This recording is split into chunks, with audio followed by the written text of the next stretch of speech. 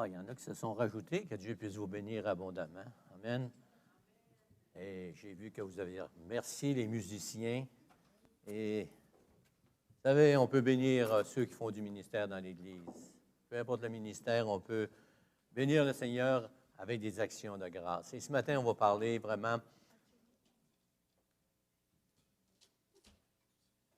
l'expression de la prière de Jésus. Combien l'expression est importante. Et à tous les niveaux, notre expression de visage, parfois, quelqu'un dit, ben, t'as donc ben l'air bête un matin. Qu'est-ce que, je ne sais pas si ça vous est arrivé, hein? Tu dis, ben non. Il t'a bien l'air bête, tu dis, ben non. Nos expressions montrent notre cœur. Et Jésus, à travers la prière, il y a une démonstration de son cœur. Et moi, je bénis que Dieu nous a donné des émotions. Amen. Il veut qu'on contrôle nos émotions, mais Dieu nous a donné des émotions. Et parfois, dans la prière, nos émotions sont fortes. Et on va regarder la prière du Seigneur ce matin. Et je suis certain que la majorité d'entre vous connaissez Jean 17, qui est la prière qu'on a appelée sacerdotale. Et j'aimerais la relire ce matin et, avec les Écritures, faire un petit compte-rendu sur l'importance de cette prière. Donc, dans Jean 17, verset 1, on va le lire au complet. Après avoir ainsi parlé, Jésus leva les yeux au ciel et dit, Père, l'heure est venue, glorifie ton Fils, afin que ton Fils te glorifie, selon que tu lui as donné le pouvoir sur toute chair, afin qu'il accorde la vie éternelle à ceux que tu lui as donnés. Or, la vie éternelle, c'est qu'ils te connaissent, toi, le seul vrai Dieu, et celui que tu as envoyé, Jésus-Christ. Je t'ai glorifié sur la terre, j'ai achevé l'œuvre que tu m'as donnée à faire. Et maintenant, toi, Père, glorifie-moi auprès de toi-même de la gloire que j'avais auprès de toi avant que le monde fût. J'ai fait connaître ton nom aux hommes que tu m'as donnés au milieu du monde. Ils étaient à toi et tu me les as donnés. Et ils ont gardé ta parole. Maintenant, ils ont connu que tout ce que tu m'as donné vient de toi. Car je leur ai donné les paroles que tu m'as données, et ils les ont reçues, et ils ont vraiment connu que je suis sorti de toi, et ils ont cru que tu m'as envoyé. C'est pour eux que je prie. Je ne prie pas pour le monde, mais pour ceux que tu m'as donnés, parce qu'ils sont à toi. Et tout ce qui est à moi est à toi, et ce qui est à toi est à moi. Je suis glorifié en eux. Je ne suis plus dans le monde, et ils sont dans le monde, et je vais à toi. Père Saint, garde en ton nom ceux que tu m'as donnés, afin qu'ils soient un comme nous. Lorsque j'étais avec eux dans le monde, je les gardais en ton nom. J'ai gardé ceux que tu m'as donnés. Aucun d'eux ne s'est perdu, sinon le fils de la perdition, afin que l'Écriture fût accomplie. Et maintenant, je vais à toi, et je dis ces choses dans le monde, afin qu'ils aient en eux ma joie parfaite. Je leur ai donné ta parole, et le monde les a haïs, parce qu'ils ne sont pas du monde, comme moi, je ne suis pas du monde. Je ne te prie pas de les ôter du monde, mais de les préserver du mal. Ils ne sont pas du monde, comme moi, je ne suis pas du monde. Sanctifie-les par ta parole est vérité. Comme tu m'as envoyé dans le monde, je les ai aussi envoyés dans le monde, et je me sanctifie moi-même pour eux, afin qu'eux aussi soient sanctifiés par la vérité. Ce n'est pas pour eux seulement que je prie, mais encore pour ceux qui croiront en moi par leur parole, afin que tous soient un comme toi, Père, tu es en moi, et comme je suis en toi, afin qu'eux aussi soient en nous, pour que le monde croie que tu m'as envoyé.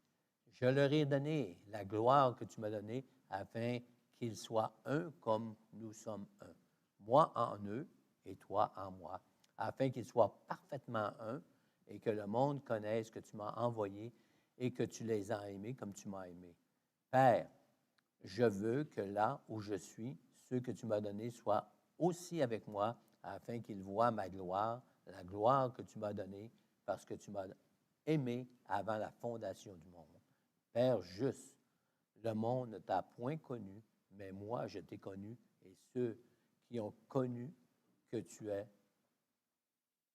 m'as envoyé. Je leur ai fait connaître ton nom, et je leur ferai connaître afin que l'amour dont tu m'as aimé soit en eux, et que je sois en eux. Père éternel, on veut te rendre grâce pour ta parole ce matin. Et combien de fois, Seigneur, on a lu ces Écritures, Seigneur, et on a été bénis, Seigneur. Et ce matin, tu veux faire comme une extension encore à cette bénédiction, parce que le désir, Seigneur, au travers de cette prière, on voit que tu veux qu'on soit béni, béni et béni encore davantage dans nos vies de chaque jour. On veut te donner toute la gloire, Seigneur, comme on a chanté ce matin, et qu'au travers ta parole, ce matin, on puisse voir vraiment ta gloire, Seigneur, et qu'on puisse voir encore davantage ton amour. Père éternel, fais ton œuvre dans nos cœurs, Seigneur, et que ton Saint-Esprit puisse nous réconforter, Seigneur, tous ceux qui en ont besoin ce matin et ceux qui ont besoin d'un rafraîchissement, Seigneur. Peu importe, Seigneur, parle-nous, Seigneur, et fais-nous du bien, Seigneur Jésus. Amen. Amen. C'est une prière que chacun de nous, on connaît. Mais l'expression du cœur, lorsqu'on prie, ça a une extension beaucoup plus qu'on pense. Et souvent, dans des réunions de prière, des gens, ils sont parfois mal à l'aise lorsqu'ils entendent. Je me souviens, j'étais dans une réunion de prière à un moment donné dans une assemblée, et tout à coup, il y avait une madame qui était là, elle priait, et tout à coup, elle s'est mise à s'exprimer, mais les larmes coulaient. Elle pleurait. Ça a fait comme un froid dans l'assemblée et les gens étaient mal à l'aise d'entendre cette dame même crier pour le salut de ses enfants. Les larmes coulaient et on voyait l'expression de son cœur, le déchirement qu'elle avait parce qu'elle avait un désir de voir ses enfants connaître la grâce du Seigneur. Amen. Et combien, moi, ça me parle ce matin, lorsque je regarde les Écritures, je regarde le cœur de Jésus. Et Jésus dit de ne pas avoir de prières vaines, des paroles vaines. Amen.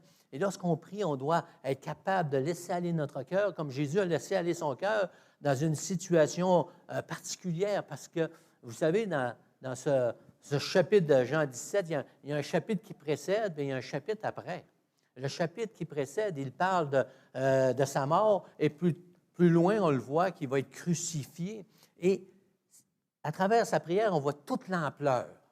Tout ce que Jésus pouvait vivre, c'était des émotions, c'était quelque chose de particulier. Et il a déversé son cœur devant ses disciples. Amen. Et on va regarder combien est-ce que le cœur de Jésus était pour ses disciples quelque chose de... il voulait leur révéler quelque chose.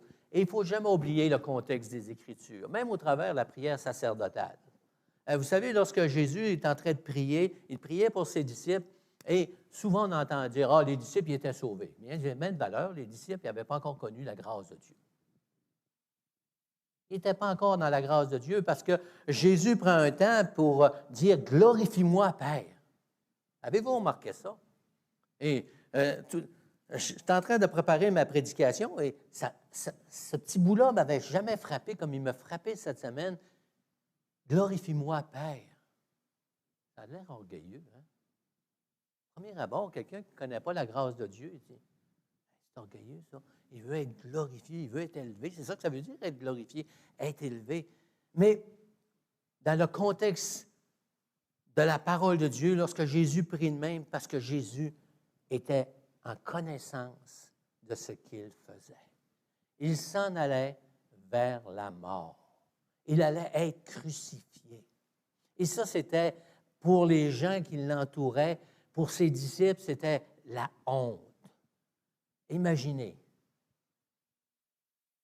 celui qui les a dirigés pendant 3 ans allait être exposé aux autres, au monde entier, si on pourrait dire, parce que il n'y avait pas Internet dans le temps. Hein? C'était beaucoup limité. Hein? La dimension qu'on a aujourd'hui, ils ne l'avaient pas. Et pour eux autres, l'exposition, si on pourrait dire, d'un quelqu'un sur la croix était une honte totale pour la famille et pour les amis. C'est pour ça que les disciples, ils n'avaient pas beaucoup au pied de la croix du Seigneur Jésus. Hein, la majorité, comme Pierre. Qui c'est, lui? Oh, ouais. Mais ce que Jésus disait, ce que Jésus dit, ça pénètre nos cœurs et ça demeure là. Et c'est ça la beauté de la parole de Dieu. Ce qu'on lit dans la parole de Dieu, même si à l'instant même, ça n'a pas d'effet, on sait qu'à un moment donné, dans une situation particulière, le Saint-Esprit va nous révéler ce que Dieu voulait nous communiquer qu'on n'a pas vu. C'est merveilleux, c'est pour ça que la parole de Dieu, elle est contemporaine, elle est d'actualité, elle est à jour. Ce n'est pas quelque chose qui est passé date. Hein, on dit ça souvent. « Ah, c'est passé date. » Ça veut dire que ça ne vaut plus grand-chose. Hein? Je me souviens d'un monsieur qui était arrogé, puis qu'à un moment donné, il a manqué de frapper quelqu'un, puis il a freiné, puis il a baissé sa vitre, puis le jeune, il a crié « Hey, toi, le vieux bonhomme! » Et le monsieur s'est mis à pleurer. Il s'est mis à pleurer tout simplement. Et moi, j'étais avec, j'ai dit « Qu'est-ce qui se passe? » Il dit « Je suis plus bon à rien, je suis un vieux bonhomme. » La parole de Dieu n'est pas là pour nous écraser, elle est là pour nous élever, amen, pour qu'on soit capable de continuer. Et il y a toujours ce contexte des Écritures. Et lorsque Jésus parle à ses disciples, ils ne sont pas encore sauvés, ce sont des religieux, ce sont des Juifs qui marchent sous la loi. Et lorsque Jésus prie, il est en train de se révéler à ses disciples comme étant le souverain sacrificateur. Oh, c'est quoi le souverain sacrificateur? Dans l'Ancien Testament. Et pour nous autres, c'est important de savoir que Jésus est notre souverain sacrificateur. Ça fait toute une autre dimension lorsque je lis Jean 17 et que je suis dans le contexte des Écritures et lorsque l'auteur de l'Épître aux Hébreux écrit aux Hébreux, il écrit à des Juifs qui, soit en passant, ont connu la grâce de Dieu, mais pour quelque raison que ce soit, ils sont retournés sous la loi. Et là, il y a beaucoup de débats. Il n'était pas sauvé, il était sauvé. Non, ce n'est pas le débat. Le débat, c'est de dire qu'il était sous la grâce de Dieu et pour quelque raison que ce soit, il voulait retourner sous l'ancienne alliance. Mais les disciples auxquels Jésus que Jésus avait, il les a enseignés et il s'est toujours servi de la loi pour les amener à reconnaître sa grâce lorsqu'il allait être glorifié. Parce que si Jésus n'était pas glorifié, la grâce ne serait pas là. Parce qu'il fallait qu'il meure sur la croix et il fallait qu'il soit glorifié devant le Père pour que la grâce soit accessible à tous. Premièrement aux Juifs. Vous savez, lorsque Jésus a prié, lorsque Jésus leur révélait qu'il était le souverain sacrificateur, le grand prêtre, si on pourrait dire, et combien est-ce qu'on a vu au travers les siècles les religions abuser de ce système de la loi pour se faire des sacrificateurs, des prêtres, excusez l'expression, même on a ça dans certaines églises évangéliques, des évangélistes, des évêques et ainsi de suite, des pasteurs avec des termes plus hauts que le monde. Et ce n'est pas ça que Jésus est en train de faire. Jésus est en train de leur dire, écoutez, là, vous êtes sous la loi, mais bientôt, lorsque je serai retourné au Père, lorsque je vais ressusciter, que je vais retourner au Père, à ce moment-là, vous allez avoir la grâce et vous allez vous rappeler. Parce qu'on voit dans les Écritures que les disciples avaient tendance à oublier, à ne pas comprendre qu'est-ce que Jésus leur disait. Mais on va revenir au souverain sacrificateur parce que c'est très important pour le contexte où, pour les Juifs, l'intermédiaire entre Dieu et l'homme, c'était le souverain sacrificateur qui, une fois par année, entrait dans le lieu très saint pour offrir des sacrifices, premièrement pour ses propres péchés, ensuite pour ceux du peuple. À partir de là, on sait que dans l'histoire du monde, on a développé la prêtrise et avec tout ce que ça comporte. On n'est pas là pour faire un jugement sur ça, mais on vit avec ça de moins en moins aujourd'hui. Mais nous sommes sous la grâce. Et dans Hébreux 7, 22, l'auteur de l'Épître aux Hébreux, j'ai toujours tendance à dire Paul, ça ne vous dérange pas si je dis Paul? Hein? qui que ce soit qui l'a écrit, il est inspiré du Saint-Esprit. Amen. C'est ça qui est important, c'est l'essence même. Dans Hébreux 7, 22, il parle encore à des Juifs, il dit « Jésus est pour cela le garant d'une alliance plus excellente. » Rappelons-nous que lorsque Jésus priait, les disciples étaient avec lui, ils écoutaient sa parole, ils étaient sous l'ancienne alliance, ils répétaient des sacrifices pour leurs péchés constamment et leurs péchés étaient couverts pour un temps. Mais là, dans l'Épître aux Hébreux, Jésus est mort, Jésus est ressuscité, l'auteur leur dit, Jésus est pour cela le garant d'une alliance plus excellente. De plus, il y a eu des sacrificateurs en grand nombre parce que la mort les empêchait d'être permanents. Mais lui, parce qu'il demeure éternellement, parce qu'il est ressuscité, amen, possède un sacerdoce qui n'est pas transmissible. C'est aussi pour cela qu'il peut sauver parfaitement. Notre salut n'est pas la moitié d'un salut. On n'est pas sauvé la moitié. On est sauvé parfaitement. Tout a été accompli, c'est parfait sur la croix. On est sauvé ou on ne l'est pas. Amen. Je sais que je suis sauvé. Amen. Hein? C'est la majorité d'entre nous, un jour, on s'est dit ça.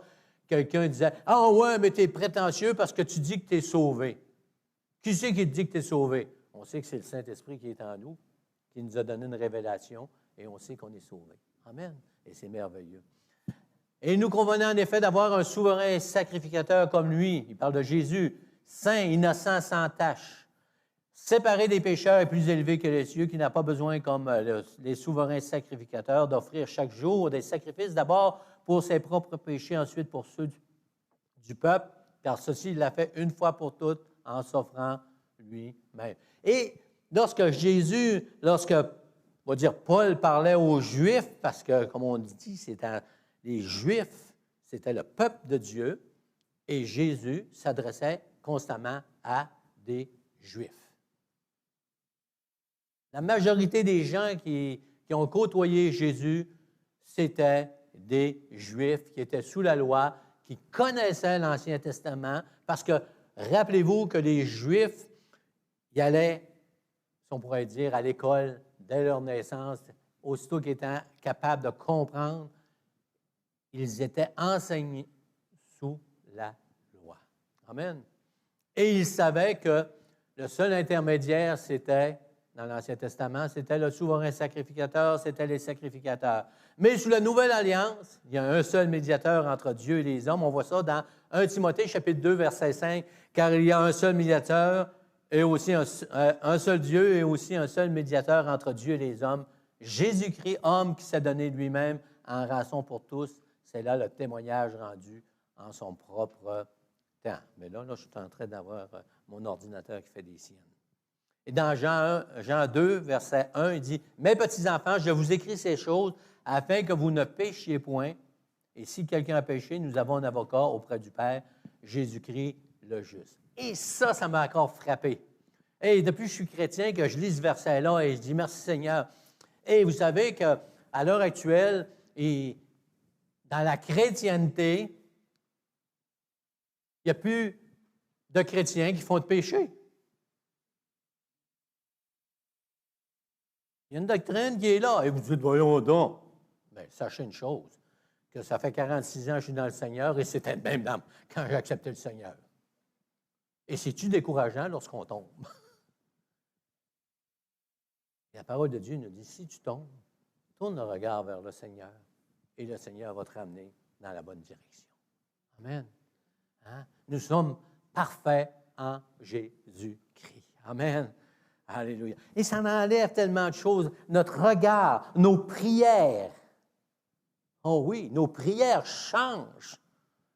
L'expression de ma louange, l'expression de ma prière va changer envers les autres lorsque je sais qu'on est tous des pécheurs sauvés par grâce.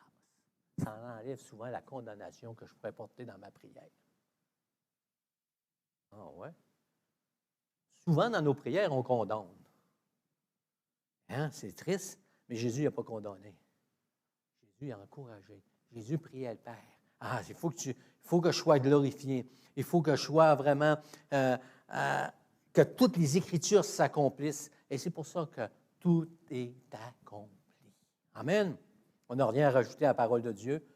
On n'a rien à enlever à la parole de Dieu. Glorifie ton Fils. Amen. Il fallait que Jésus soit glorifié pour que le salut soit accessible. Et les disciples n'avaient pas compris. Dans Jean 12, 16, il dit, « Ces disciples ne comprirent pas d'abord ces choses, mais lorsque Jésus eut été glorifié. » Oh! Ça, c'est après la résurrection. Hein? Ils se souvinrent qu'elle était écrite de lui et qu'il les avait accomplies à son égard. Amen. Et Jésus est en train de remercier le Seigneur pour l'œuvre auquel il a été appelé. Il a été appelé comme fils de Dieu à s'humilier et à devenir un simple homme et à mourir sur la croix du Calvaire pour nos péchés, pour mes péchés. Amen. Et Jésus, c'est pour ça qu'il avait besoin que vraiment donner l'expression de son cœur au Père devant ses disciples pour qu'ils réalisent la grandeur de ce qu'il était en train de faire. Il était en train d'aller jusqu'au bout dans l'obéissance. Il démontrait son obéissance au Père, mais il démontrait aussi sa divinité, parce qu'il dit qu'il y avait la gloire du Père avant. Et Jésus est là, et ses disciples sont là, et il prie pour ses disciples. Parce que sur la montagne, Jésus dit, « Heureux serez-vous si vous êtes persécutés en mon nom. » Les disciples ne comprenaient pas ce qu'il disait. Oh oui, ils comprenaient, mais pas toute l'ampleur. Vous savez, des fois, on accepte le Seigneur, puis on dit, « Oh, mais il va t'en arriver des affaires à cause du nom du Seigneur. » Vous connaissez l'histoire du bûcheron qui est allé dans le bois. Hein? Ça vaut la peine de la compter. Il y avait un vieux bûcheron. Tous les hivers, il montait dans le bois. Il s'appelait André. C'est pas vrai. Le monsieur, il montait dans le bois, puis il était né de nouveau. Et lui, il témoignait. Et ceux qui ont travaillé dans le bois, je dis André parce que je sais qu'il était dans le bois en masse. Et le monsieur, il y avait des camps de bûcherons, et quand ça mangeait ensemble, le monsieur faisait sa prière, puis il parlait du Seigneur, puis les gars, ils tombaient tous sa frippe. Mais lui, il y avait un petit gars à la maison qui enseignait dans les paroles, dans les voies du Seigneur. Puis un jour, à 15 ans, il a dit à son garçon, il dit, papa va prendre sa retraite, tu vas prendre sa place. Puis il dit, tu vas aller dans le bois. Et le jeune homme a monté dans le bois, et le père avait hâte de revoir son fils au printemps pour savoir comment ça a été. Le père s'attendait à dire, « Oh, il a fallu que je sois à genoux parce que les gars étaient après moi. Ils me martyrisaient pas, mais ils me ridiculisaient, puis j'ai souffert à cause de ton nom, Seigneur. » Mais là, le petit gars, il descend, puis il est tout joyeux. Son père, il dit, « Comment ça a été dans le bois? » Il dit, « Ça a bien été. » Il dit, « Vraiment, ça a bien été. Tu n'as pas été persécuté. » Il dit, « On aurait su que je connaissais le Seigneur. » Et malheureusement, c'est ça dans la réalité aujourd'hui. Quand ils savent qu'on est du Seigneur, ils changent de face. Cette semaine, c'est hier, ma femme, que je suis parti pour aller faire une petite run, puis je suis revenu 3 heures après. Donc, je dis, je vais juste au coin de la rue. Et là, je suis parti, puis j'ai vu un monsieur qui travaillait, j'ai arrêté pour y parler, puis on se met à jaser. Puis à un moment donné, on se met toutes sortes de sujets. Puis là, à un moment donné, il dit, « Hey, monsieur Couture, qu'est-ce que vous faites? » Je suis pasteur. Hein? Il y a comme un malaise, un petit malaise. Il n'a pas été déplaisant, là. Mais il y a eu un petit malaise. Et Jésus savait que si on voulait vivre en lui, il savait que ses disciples, lorsqu'ils allaient connaître la grâce de Dieu, il allait avoir un changement dans leur vie.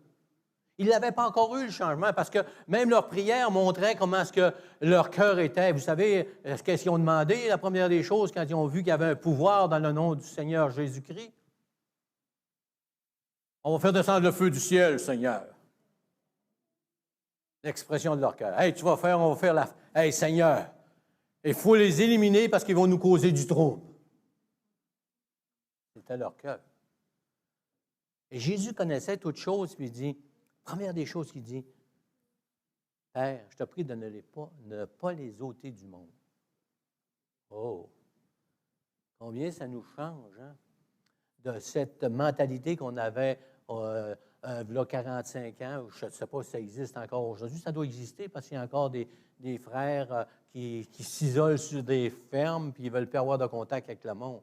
Mais Jésus, il dit, non, Père, je ne te prie pas de les ôter du monde. Il faut qu'ils demeurent dans le monde parce qu'il faut que ta parole soit entendue. Et heureusement que les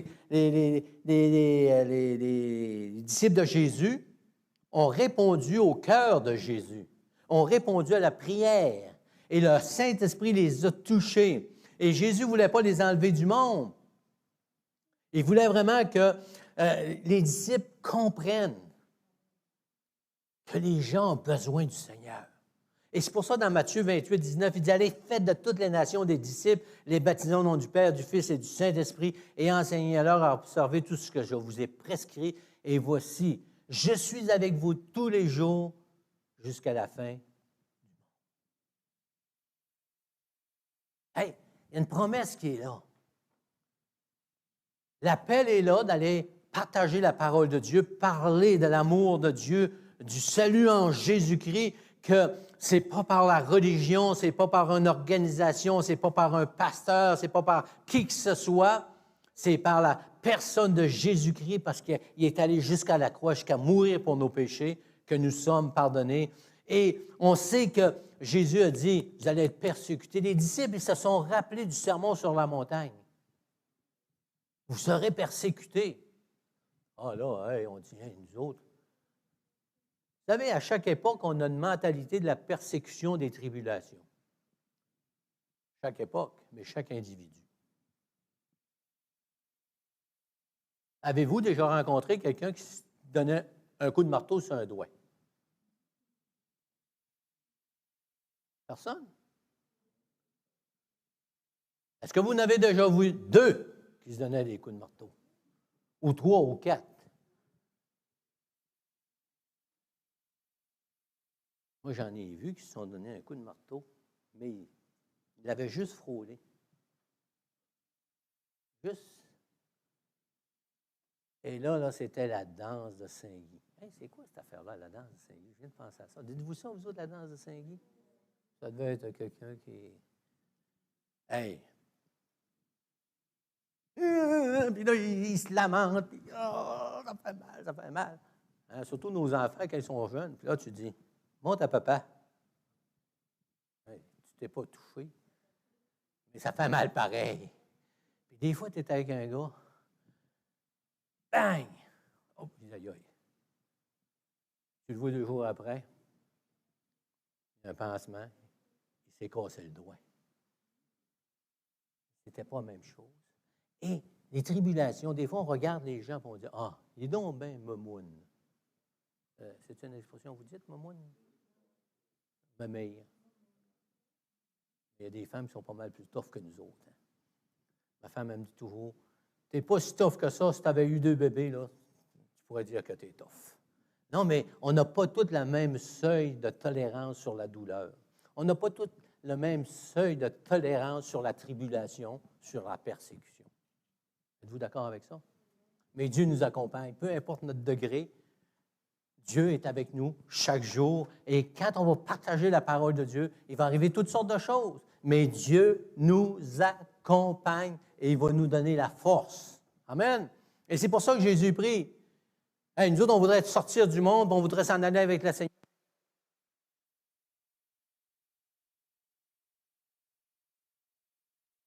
On va voir. Plus de pile. Je vais changer de micro. Faute, c'est de ma faute.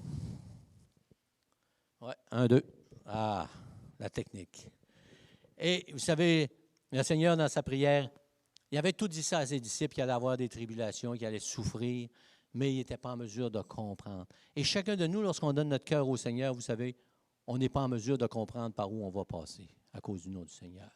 Et si vous pensez que vous êtes arrivé, après tant d'années de vie chrétienne, J'ai une mauvaise nouvelle pour vous. Vous ne savez pas ce qui vous attend. Amen. Mais sachez une chose, Dieu vous accompagne et Dieu va toujours vous donner la force de pouvoir continuer si vous voulez le servir. Amen. Parce qu'il vous a appelé à être la lumière dans les ténèbres, à être le sel de la terre, comme c'est écrit dans Matthieu 5, 13. Il y a une protection pour chacun de nous. On voit ça au verset 11. Garde en ton nom ceux que tu m'as donnés.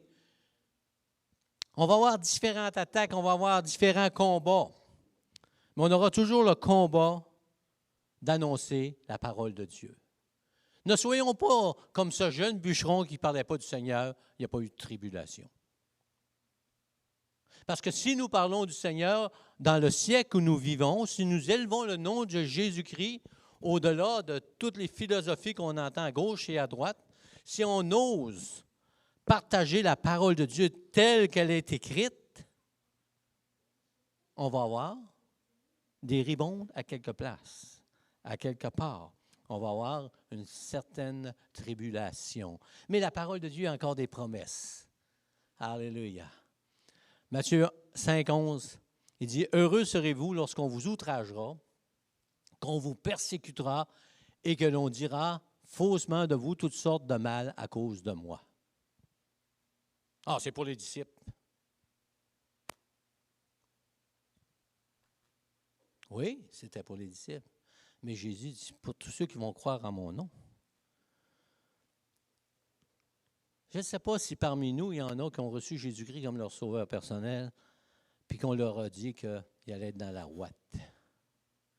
Et qu'il allait être comme dans une bulle de protection, qu'il rien allait les atteindre. Que tout allait aller bien.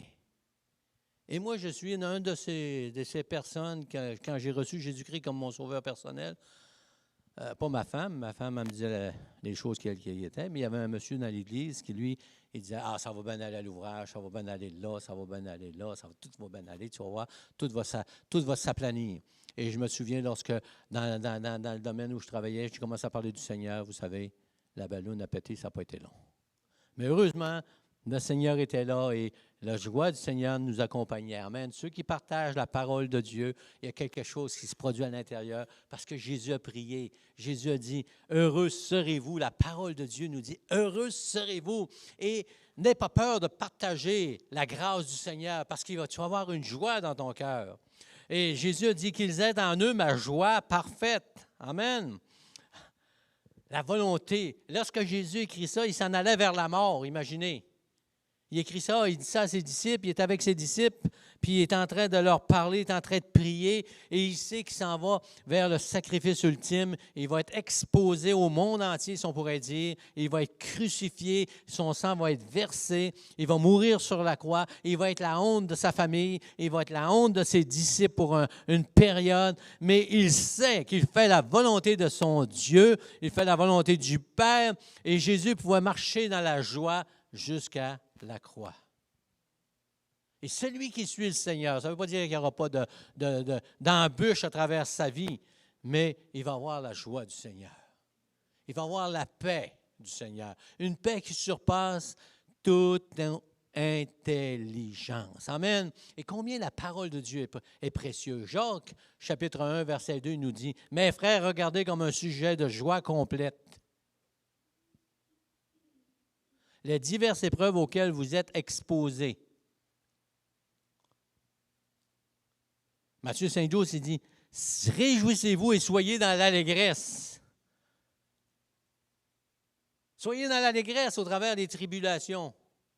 Ce n'est pas dans notre nature. Mais Jésus a prié que vraiment on ait cette dimension-là dans nos vies, dans notre marche, lorsqu'on parle du Seigneur, lorsqu'on annonce le salut, lorsqu'on vit la parole de Dieu. Amen. Parce que ce n'est pas juste les paroles, c'est vivre la parole de Dieu aussi. Alléluia. Et Jésus est en train de dire à ses disciples, « Hey, j'ai adressé une prière pour vous spéciale envers le Père, puis tous ceux qui vont croire en mon nom. Si vous marchez dans mes voies, si vous faites ma volonté, il va vous arriver toutes sortes de choses. Hein? Si vous demandez ma joie, si vous allez dans l'allégresse. vous allez pouvoir vous réjouir. Là où les hommes passeraient à travers ce que vous passez, ils seraient découragés. Vous allez être capable de vous réjouir et continuer votre marche jour après jour. Parce que je suis avec vous et je vous accompagne. Il dit, sanctifie-les par ta parole qui est vérité. Sanctifier. Le mot sanctifier a été galvaudé, si on pourrait dire, par la religion. On est saint lorsqu'on est à genoux, lorsqu'on prie les mains croisées, lorsqu'on fait des neuvaines ou on monte des escaliers ou ainsi de suite. Ah, là, on est saint. Mais sanctification par la parole de Dieu, c'est être mis à part. Et si vous voulez être mis à part, vivez la parole de Dieu. Si vous vivez la parole de Dieu, si vous respectez la parole de Dieu, vous allez voir que les gens vont vous mettre de côté. Amen. Vous allez être mis à part. C'est ça que ça veut dire, le mot sanctification. Quelqu'un qui est placé de côté pour le service. Et partout dans la parole de Dieu, il y a cette dimension de sanctifier, de mise à part pour le service. À cause de la parole de Dieu. Oui, on est mis à part des hommes, mais on est mis à part dans un but bien précis. C'est vraiment d'être des serviteurs les uns des autres. Amen. Mais la principale, pour moi, c'est la dernière, c'est qu'on soit un. Qu'on soit un. Qu'on soit dans l'unité.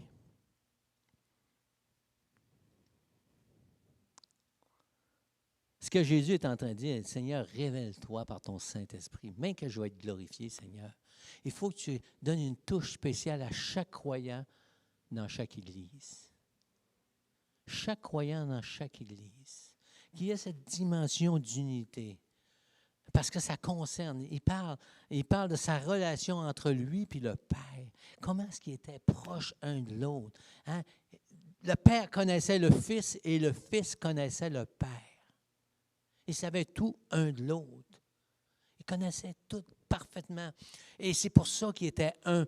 Et le désir de Jésus dans sa prière, son cœur se déverse devant le Père. Hey, tous ceux que tu m'as donnés, tous ceux qui vont croire en mon nom, tous ceux qui vont accepter ta grâce, qui vont accepter le salut que j'ai accompli sur la croix.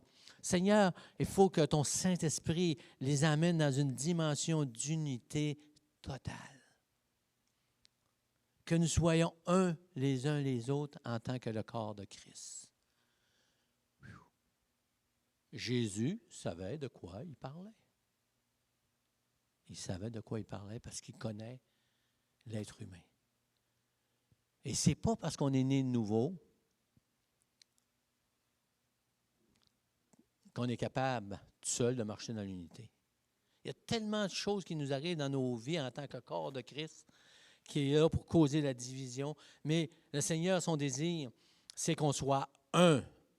Et comment est-ce que Jésus était capable d'être un avec ses disciples? C'est que Jésus est allé jusqu'à mourir pour eux autres. Et si on veut être un dans l'Église, si on veut rencontrer le désir de Christ, parce que nous participons, d'un certain sens, à l'œuvre de Christ, en vivant ce qu'il nous demande. Et ce qu'il demande, c'est qu'on soit un, qu'on marche dans l'unité en tant qu'Église, en tant que corps de Christ. Et l'apôtre Paul fait mention que nous sommes un corps, que nous avons des fonctions différentes, que nous avons des services différents, des dons différents, mais qu'on doit marcher dans l'unité. Amen. Les plus jeunes comme moi, ils savent que lorsque c'est difficile aujourd'hui de dire des choses parce que c'est comme si on faisait de la politique, on était d'accord avec tout ce qui se passe alentour de nous. Dans toute chose, il y a du bon et il y a du mauvais. Et quand j'étais jeune, l'union fait la force. Avez-vous déjà entendu ça? Qu'est-ce qu'il y avait sur le pamphlet? Est-ce qu'il y en a qui s'en souviennent? Les syndicalistes, là. C'était le syndicat qui montrait ça. Au Lac-Saint-Jean, on était très fort là-dessus, là. On était une race à part. Et je me souviens, quand j'étais jeune, quand tu travaillais dans l'usine, ils mettaient ça partout dans l'usine. L'union fait la force. C'était une chaîne, puis il y avait un maillon qui était ouvert. Puis il disait, si c'est ça, on n'a pas de force. Il faut qu'on soit unis. Et l'Église, c'est ça. On est différents les uns des autres, mais il faut faire un ensemble. Amen. Jésus a prié pour ça. Et moi, je veux répondre au cœur de Jésus autant possible que je suis capable de le faire. Amen. Je devrais tout faire pour marcher dans l'humilité. Et la dernière chose qu'on va voir ce matin, ça va tout, ça montre tout, hein? Ça dit tout, que nous soyons remplis de son amour. C'est comme un résumé de ce que Jésus a tout emmené dans sa prière et il dit qu'il soit rempli de son amour. Nous sommes le temple du Saint-Esprit. Amen. Mais on oublie souvent que le fruit de l'Esprit, c'est tellement difficile de parler aujourd'hui. Je crois aux dons spirituels. C'est-tu clair là matin, là? Je vais être clair. La semaine passée, j'étais assez clair, là, mais je vais être clair. Je crois aux dons spirituels. Amen. Mais les dons spirituels ne sont pas le fruit de l'Esprit. Le fruit de l'Esprit, c'est dans Galates 5, 22. Et ça, c'est quelque chose. Le fruit de l'Esprit, c'est l'amour, la joie, la paix, la patience, la bonté, la bénignité, la fidélité, la douceur et la tempérance.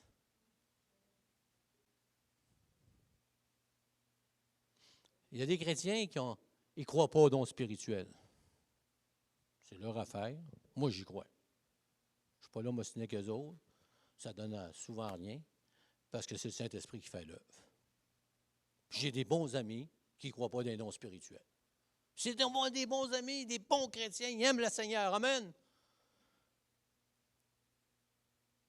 Mais ils marchent avec le fruit de l'Esprit. Parce que chaque jour, c'est le fruit de l'Esprit que le Seigneur veut que je développe, qui est en moi, et que Jésus a prié que je sois rempli de l'amour, que je sois rempli de la joie, que je sois rempli de paix. Amen. Que je sois rempli de patience, parce que pour vivre en unité, il faut que vraiment que l'amour, la joie, la paix, la patience, la bonté, la bénignité, la fidélité, la douceur et la tempérance m'accompagnent à chaque jour. Pour que je vive la parole de Dieu lorsque je vais au travail, il faut que je vive ça à chaque jour dans des situations où charnellement j'agirai autrement. Et je dois marcher avec ça, jour après jour. Amen. On a le complément, nous autres, les pentecôtistes, on croit dans les dons spirituels. Amen. Alléluia. Mais la base, c'est ce que Jésus nous donne pour notre quotidien, parce qu'il dit qu'il va nous accompagner à chaque jour. Comment est-ce que Dieu nous accompagne à chaque jour? Comment est-ce que Jésus nous accompagne? Par le Saint-Esprit qui habite en nous. Par l'onction de l'Esprit qui habite en nous. Et vous savez, on a besoin de cette onction à chaque jour dans nos vies. Amen.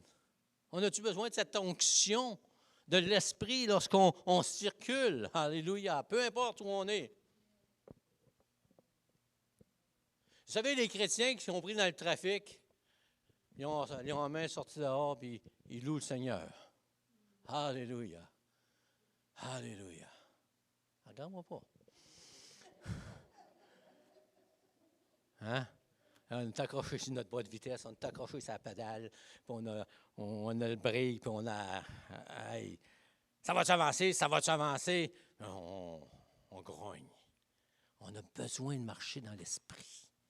On a besoin de cette onction lorsque la situation se détériore alentour de nous. On a besoin de cette marche dans l'Esprit, hein, dans l'amour, la joie, la paix, la patience, la bonté, la bénignité, la fidélité, la douceur et la tempérance. Hein? Il dit le fruit de l'Esprit. Il commence par l'amour parce que l'amour englobe tout ça. Amen. Alléluia. Et Jésus est allé jusqu'à nous laisser ce verset dans Jean 13, 35. À ceci, tous connaîtront que vous êtes mes disciples, si vous avez l'amour les uns pour les autres, si vous êtes remplis du Saint-Esprit. Comment est-ce que les gens du dehors vont voir qu'on est des témoins fidèles? Alléluia. C'est lorsque le fruit de l'Esprit va être en opération dans nos vies. Alléluia. Savez-vous qu'on peut gagner quelqu'un à Jésus-Christ sans parole. Sans parole. Juste par nos actions, par la façon qu'on vit la parole de Dieu, ça peut arriver que quelqu'un vienne vous voir et vous dire « Hey, t'es spécial. Qu'est-ce que t'as que je n'ai pas? T'es différent. » Ah, je ne sais pas.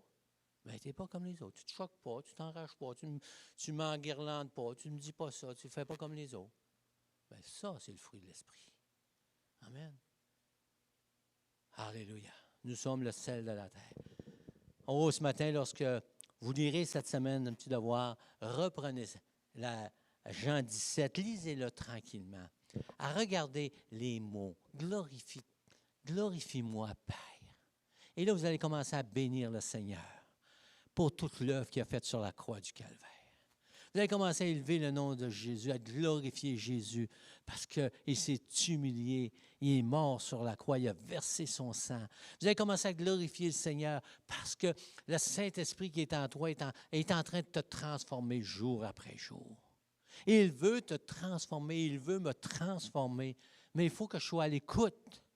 Il faut que je le laisse agir et il me donne la direction que je dois faire. Donc, cette semaine, lisez-le.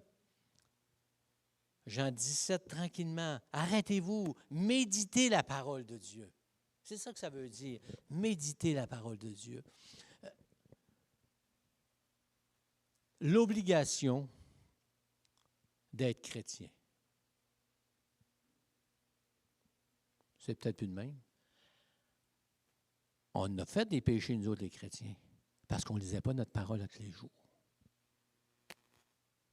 Hein? Il fallait lire la Bible dans un an. Est-ce que vous avez déjà vu ça? Hein? Ah, c'est bon, c'est vrai, c'est excellent, là. Mais il ne faut pas que ça vienne d'une religion. Lire la Bible tous les jours, c'est excellent, amen. Mais il ne faut pas que ça vienne d'une religion. Lorsqu'on ouvre la parole de Dieu et on fait juste la lire pour la lire, elle ne fait pas d'effet. Mais lorsque j'ouvre la parole de Dieu et que je commence à la méditer, à m'arrêter, à dire, Seigneur, parle à mon cœur. Parle à mon cœur. C'est moi qui ai besoin. Pas l'autre, là. Souvent, je lis la parole de Dieu, je dis, oh Seigneur, si un tel pouvait lire ce verset-là. Je sais que ça ne vous arrive pas, là. Hein? On voit la prédication du dimanche, puis une personne qui est en problème dans l'église, puis elle n'est pas là, elle est là, dans ta tête, ah boy, il aurait dû être là ce matin. C'est pas de même, ça marche. Là où je suis, le Saint-Esprit veut me rencontrer. Amen. À moi d'être à l'écoute. Là où je lis la parole de Dieu, Dieu veut que je la médite. Même dans l'Ancien Testament, il y a dit à Josué, médite-la jour et nuit. Pourquoi? Pour y agir fidèlement. Dans le Nouveau Testament, c'est la même chose. Hein? Et on est incité à lire la parole. Amen. Puis à la vivre, la parole de Dieu. Jacques nous disait, hein, écoutez la parole, il ne vous bornez pas. Mettez en pratique la parole, il ne vous bornez pas à l'écouter. Donc, lorsque Jésus prie, il prie pour moi. Il prie pour toi. Il prie pour tous ceux qui allaient accepter le Seigneur Jésus-Christ, parce que la vie chrétienne est un combat. Amen. Mais nous ne sommes pas seuls. Jésus nous accompagne par son Saint-Esprit. Jésus nous accompagne par sa parole, parce que sa parole nous parle aujourd'hui encore. Amen. On va remercier le Seigneur. Dieu, on veut te remercier parce que tu es le Dieu vivant, Seigneur. On veut te remercier pour le Saint-Esprit, Seigneur, que tu nous as accordé. Et comme l'apôtre Paul dit, vous êtes le temple du Saint-Esprit. Le Saint-Esprit habite en vous. Et je te rends grâce, Seigneur. Merci pour les révélations, Seigneur. Merci parce que tu te révèles au temps convenable, Seigneur Jésus. Parfois, Seigneur, tu es tellement patient envers moi, Seigneur Jésus. Et je suis comme les disciples, je ne comprends pas encore, Seigneur. Mais dans ton amour, Seigneur, oh, tu continues de faire ton œuvre en moi, Éternel. Et je t'en rends grâce, Seigneur. Et au temps opportun, Seigneur, tu viens par la puissance de ton Saint-Esprit m'éclairer, Seigneur, me donner la direction, Seigneur.